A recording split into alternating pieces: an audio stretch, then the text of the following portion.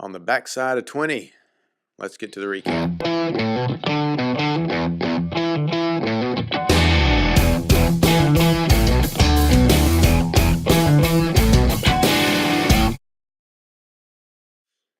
Hey everybody. Well, week 25.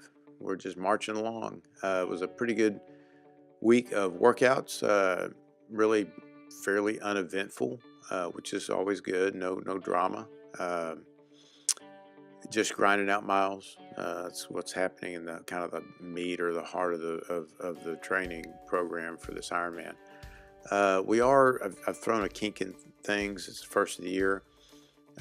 We're doing some intermittent fasting, which has, I think, caused a few issues. But we'll talk about that in a minute. Let's go ahead and get to the summary of miles, and then we'll get to it. Week 25. So in the swim, we have had a total of 6,350 yards. The bike, 90 miles total, or even, and in the run, 18 miles even, for a total active work time of 10 hours and 14 minutes. So starting to inch up a little bit on the active work time. That'll continue to increase. So conditions during the week. During these winter months, weather's always going to be a factor. However, this week, my long run and long bike that I do outdoors, typically I was able to do outdoors, which is always a good thing. Those long sessions indoors can be a beat down, and so I was able to get them done outside, which is good. So interesting.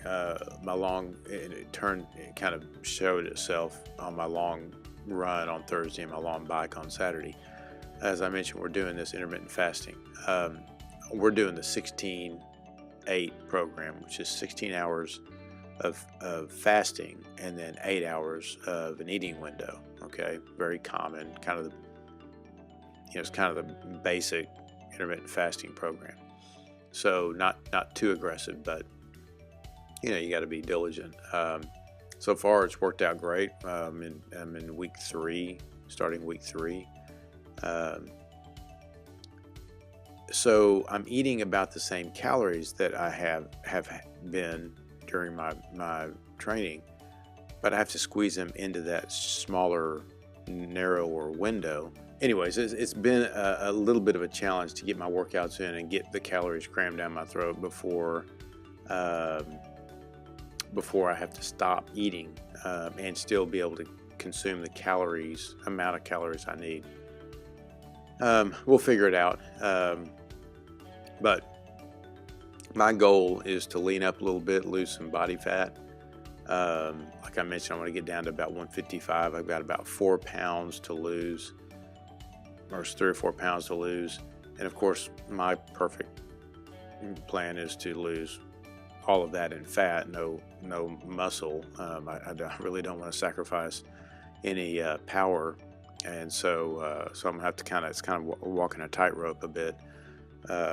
But I plan to get this done by the end of January. So I've got another, 3 weeks to get this done. And then my plan is to get back to a normal routine and just watch my caloric intake, but also what kind of foods I'm consuming, so that I don't creep up in my weight. I really do want to try to stay at that 155 for race day. So I may have to do this again before the race, but we'll see how it goes.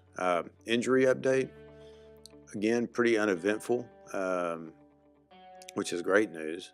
Although I do have this blister forming on my second toe next to my big toe on my right foot on the inside, kind of where they would rub together. Never had that before. I'm not sure what's causing it, although what I think initially caused it was on a treadmill run. I just sweat buckets on the treadmill. It's a little bit warm in that space, and run for over an hour on the treadmill. I just am drenched, and so my socks get wet. And I think that moisture in my sock and that prolonged treadmill session caused the rubbing and caused the blister, I think. Another reason to hate the treadmill.